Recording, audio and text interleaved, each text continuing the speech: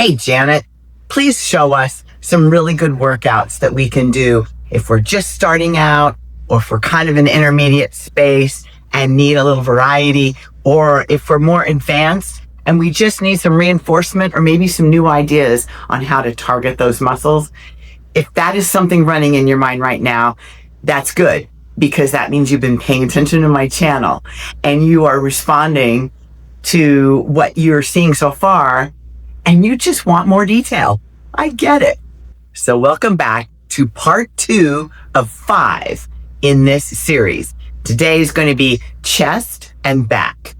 These are some of them exercises that I do all the time, and also I train my clients on them, but there's some of them in here that I've never done before because my trainer, Matt, has his own twist on things. And he's getting great results. I trust him to give me some new ideas. So I will talk you through each one, including some specific cues, things to think about, things to notice, so that you can set yourself up for success and just kind of have a little extra fizzy in your workout. It'll be fun. And I want you to remember, I am over fluffy right now. I had a setback, a surgery, medical setback a year ago, and I'm still coming back. And during that time, I was not able to lift heavy. I was not able to do crazy cardio. I wasn't able to do any of the things that I did to maintain my leanness and my body mass. So I lost some muscle and gained some fat. And now I have my sights set on next year being back on that bodybuilding stage at age 70. So what's great about this is that you're going to get to see me in a very imperfect state. So take me down off of your pedestal, because I'm just like you and you're never done. Healthy longevity is a never ending just a fight. It's a street fight. You can't let up 1 minute, but sometimes life will throw you a curveball. And so if that's happened to you, this can also be inspiration for you, because I'm going to continue to post periodically exercise videos, and you're going to be able to see the changes. So what you're really doing here is you're getting on the train at the original station with me, and you're going to go on this journey. So I'm glad you're here right now, so you can just see the whole thing. And I will lean down over the next 90 days especially, and then continue to do so a little more gradually after that, because I don't want to restrict calories so much that I lose muscle mass or my body goes into resistance. So it's going to be quicker at the beginning and then slow down later on probably in the new year. So without further ado, come on to the gym with me.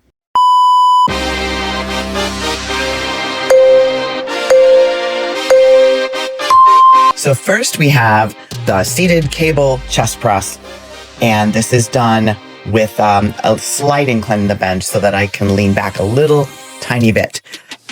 What Matt wants me to do is be sure that I line up my elbow and my forearm with the cable so it makes one line. You can see on my right arm how it looks, and to just kind of be a sled back and forth, or like a piston. And there's a slight scoop, just ever so slightly.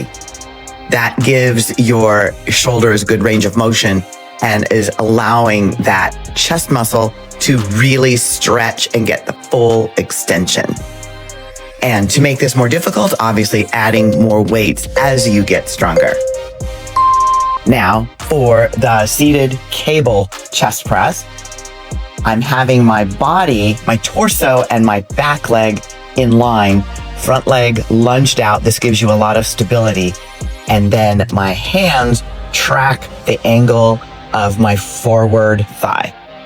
And this is smooth motion, not meant to be done fast. So go very slowly so all of the muscles, small and large, can engage.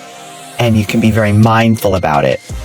You can stagger the placement of your feet. You can't quite see it here, so that they're a little bit farther apart, like equal signs, rather than in line, like being on a skateboard. And it gives you a little more stability if you need it. So here we have the cable chest fly. This works the muscles a different direction on the chest, provides shape and more strength and resilience. So same stance as before in the decline, except now, as you can see, I'm angled more upright. And I'm pushing out to get set in the right position. Make a basket or hug a tree with your arms so you have a little bit of an elbow angle, a bit of a kind of an oval shape, and then stretch out as far as you can safely. And then squeeze when you bring the weights to the middle. And then you can add more challenge as you get stronger by adding more weight to the cable.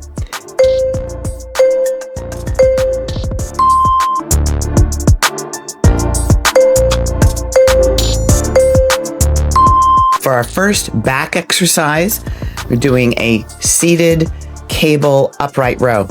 And upright means your torso is upright and you want to keep your torso still.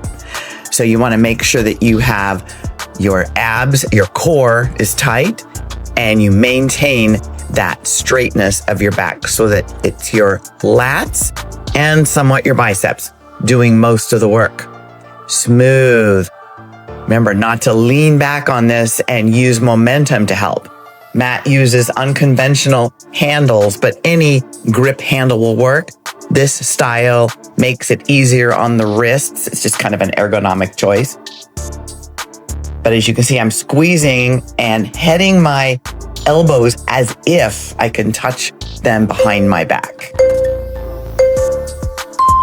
And here I'm going to show the forward leaning cable row. This is a new one for me. I usually do the sitting upright. And so with this, you want to angle your body at a 45-degree angle. The rowing motion is pretty much the same. But see here, I want to sit up with each one. And he's telling me, nope, stay forward. Keep your torso angled forward. And this was a shocking surprise to me because, wow, could I feel this in the bottom quadrant of my lats? It's actually really hard to do, and you will feel the difference. So it's a really good adaptation, a little different experience for your lats that will help with your mid to lower back strength. Now for the forward angled cable lat pull down. So most lat pull downs, you're sitting on a bench and pulling a bar down. This one's with cables, same handles as before, which make the wrists really stable. And it is on a backward facing bench so that you are able to hold your torso in the right angle. And you want to be sure, I'm asking him here if it's okay to stretch way up and really kind of release my scapula. And he's like, no, you want to keep all of that in one place and only stretch from the arms so that the lats have to take on all of the pressure and all of the work. And so other than that, it's that visualization, that mental cue is to pull your elbows as if you're going to touch them behind your back so that you get that nice tight angle.